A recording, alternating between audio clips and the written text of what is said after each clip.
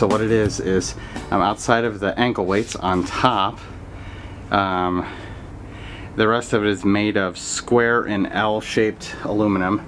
This is something I found on YouTube, where I just cut the pieces the way I wanted it and bolted them together. And the idea here is you would strap the camera onto this quick release up front. It's just a classic traditional quick release. And then these joints, because of the way they're tied together with verticals, once you start to articulate the device, notice that the head of this jib stays perpendicular to the ground. So the benefit there is quite big, and that you can sort of raise and lower this in a semi-elliptical circular fashion. And then with depending on your tripod, like I said, I've got the fluid head here, so I can unlock the head, and what that will give me the ability to do is not only raise it but turn it simultaneously, which is kind of slick. But then here's the kicker. Look at the range on this thing. So it's only the longest pole here, the one that connects to the wider ankle weights. That's what I'm using to sort of offset the weight of the camera. That's only 4 feet long. But notice that when I lift it, that puppy gets crazy high up. I don't know if you can really see that, but I mean, we're way up above the ground. And then it can come all the way down to where the feet rest nearly. Like this is literally all the way to the feet almost, you know. And so I did some test footage, and I'm going to upload that to kind of show off what this thing can do. But you'll get the idea here in a second how it just sort of adds some shot capabilities.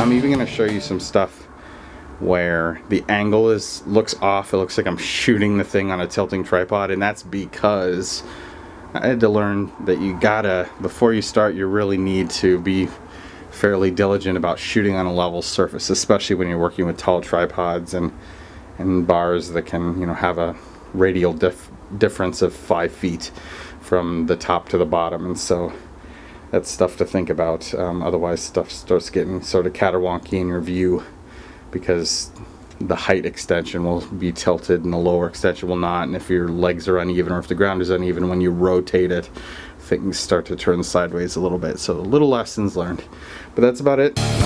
Enjoy.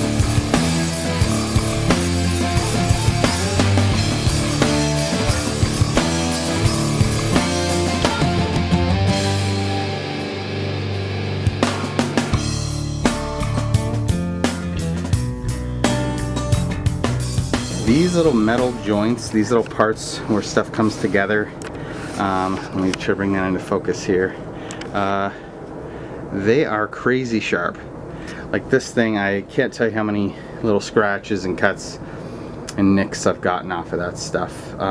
So for those of you who are interested in building this, understand that, you know, there's gonna be a little bit of sacrifice required to build this thing. And then equally as important, if you were to build it for somebody else, you're gonna have to like Dremel down these edges, because it's just too dang sharp to actually like sell this to anyone. They will cut themselves up and then be mad at you because they'll think that somehow sharp aluminum is your fault, which is kind of reasonable because it's just crazy sharp. So like the better thing to do would be to probably, like I say, grind it down, round the edges, possibly paint it in a way that makes the corners, you know, somewhat obvious, especially these back pieces. and the front pieces, you know, people could walk right into them and really hurt themselves. And so sort of having that taken care of would be pretty smart to deal with if you were to build this on your own and try to manufacture it and sell it to other people. The parts altogether cost around, depending on how you source it, they can cost anywhere from 25 to 50 bucks. The tools, however, cost way more than 25 to 50 bucks total. You're gonna have to have like hand hacksaws to cut the L pieces. You can buy 4-foot and 3-foot square aluminum piping for a reasonable price, but then you're going to need drills and 1/4-inch drill bits. And to attach this to the tripod, I had to pick up a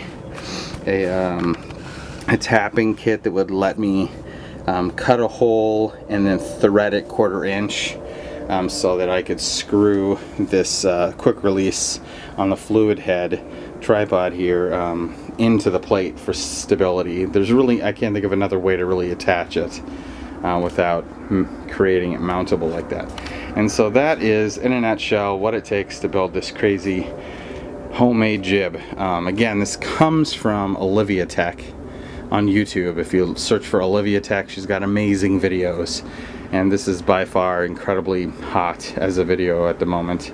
And there's another guy who I'll leave in the notes that breaks down all the parts in a couple cool places that help you source it cheaply. If you use Home Depot or Lowe's, you can get all these parts. That's how I did it, but it cost me twice as much as some online resources. Like, instead of paying $4 for a 4-foot bar, you're gonna pay like 15 bucks for that same exact piece of square aluminum piping. And so it's probably worth it if you're a little more patient than I was, because I just got inspired and wanted to do it over a weekend, and that was the only way to find those parts. But the rest of it's pretty simple to build.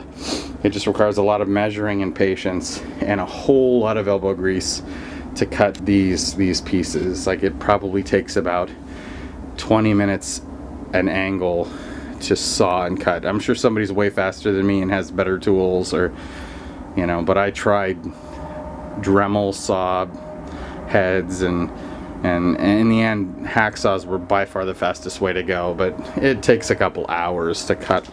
I think there's like 9 L-shape piece cuts that you have to make, and it takes a couple hours to cut them all. So not to mention the strength required to cut them all, and the fact that you gotta get clamps to clamp part of it down while you're cutting, and then those clamps have to sit on something that's gonna rub the surface as you're cutting, because it moves it back and forth and little grains pop out, and that ends up really marring and destroying whatever you pin it to. So be sure to use like a real legitimate table, like sawhorse or construction, you know, table of some sort that you don't mind really gashing up, because you're gonna gash it up pretty good. But anyway, very cool. At the end of the day, it's fun to be able to do this stuff. But it's worth noting that if you had to go out and source all these parts and all of these tools, you might spend, you know, what should be 50 bucks, you might spend another $100 in tools, depending on what tools you want to make your life more convenient, especially if you're throwing weights on and quick release plates for the camera and tapping tools here. I mean, you might easily spend another $100, and then you're up to about 150 bucks, right, between local sourced parts and all the equipment. And for 150 bucks, you can go on Amazon and buy a jib, and that's crazy. Thankfully, I had a little more than half the tools, so it didn't cost me 150 bucks, but cost closer to 50. But in any case, it's fun to be able to know how this works, and now these tools allow me to go ahead and build a bunch of other cool stuff or improvements to it. So yep, anyway, that's it.